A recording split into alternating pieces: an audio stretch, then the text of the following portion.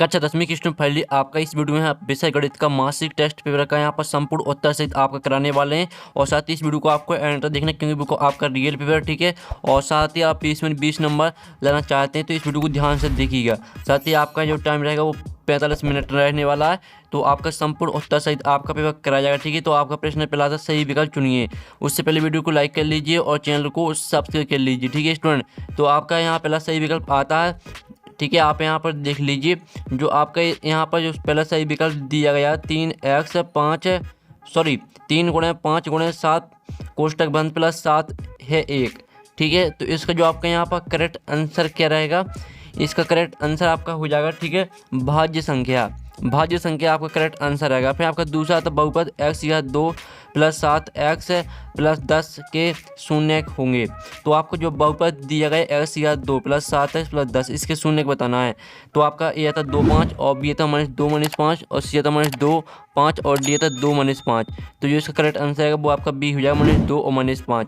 फिर आपका आता रिक्त स्थान की पूर्ति कीजिए। तो पहला आता द्विघात बहुपद में शून्यों की अधिकतम संख्या दो होती है। तो यहाँ पर द्विघात बहुपद में शून्यों की अधिकतम संख्या 2 होती है, ठीक है। फिर आपका दूसरा आता समीकरण 2x प्लस वाई बराबर के में यदि x बराबर 2 वाई बराबर 1 हो तो k का मान डॉट डॉट होगा। तो आपको क्या करना, x का मान x की जगह पर रख देना, y का मान आपको y की जगह पर रख देना है। तो k का मान आपका 5 निकल के आ जाएगा, ठीक है। अब चलिए आपके आते सत्ता सत्य लिखिए। तो आपका पहला था समीकरण निकाय 2x - 3y बराबर 7 एवं 4x - 6y बराबर 14 द्वारा निरूपित रेखाएं प्रतिच्छेदी होंगी।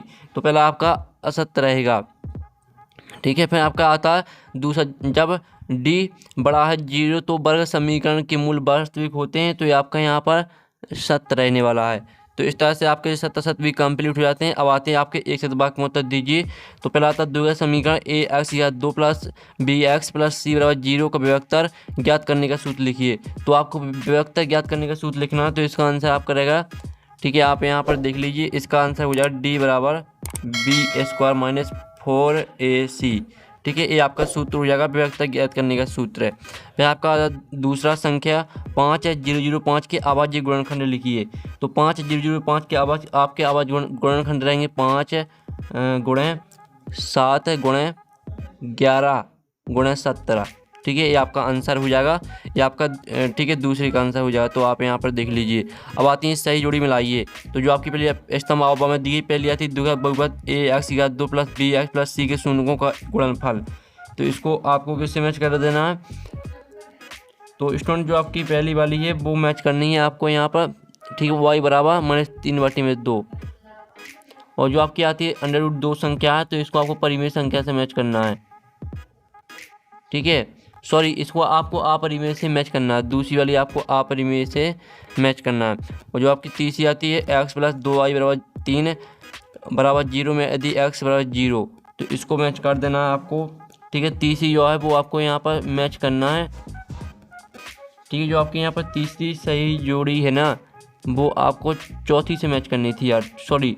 जो आपके यहाँ पर दिया x प्लस 2y प्लस 3 बराबर 0 में यदि x बराबर 0, तो आपको यहाँ पर ये आपकी रहने वाली थी तीसरी, ठीक है। जो आपकी पहली वाली है, पहली आपकी रहने वाली थी, जो आपकी पहली वाली रहेगी वो, ठीक है, 1 और 1 रहेगी, 1 और 1, ठीक है। और जो आपकी यहाँ पर चौथी द्विघात समीकरण x की घात 2 - 1 सॉरी x की घात 2 - 1 बराबर 0 के मूल।